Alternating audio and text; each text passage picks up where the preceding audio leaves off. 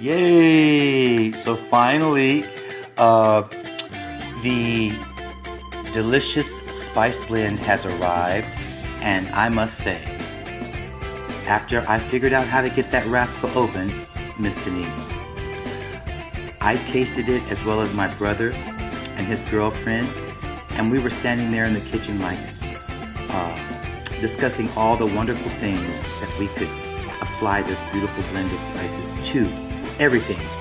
All the proteins, salads, pizza, I mean, just everything. It's delicious, and it doesn't demand or force you into a style or flavor, or it doesn't say, okay, this is only for Italian or this is only for this or that. It's wonderful. I feel it was wonderful, well-rounded spice. And look at this beautiful commissioned painting. I'd love to see it in person. This is gorgeous.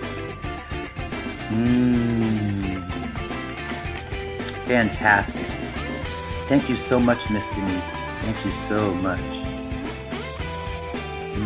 Just beautiful and just lovely.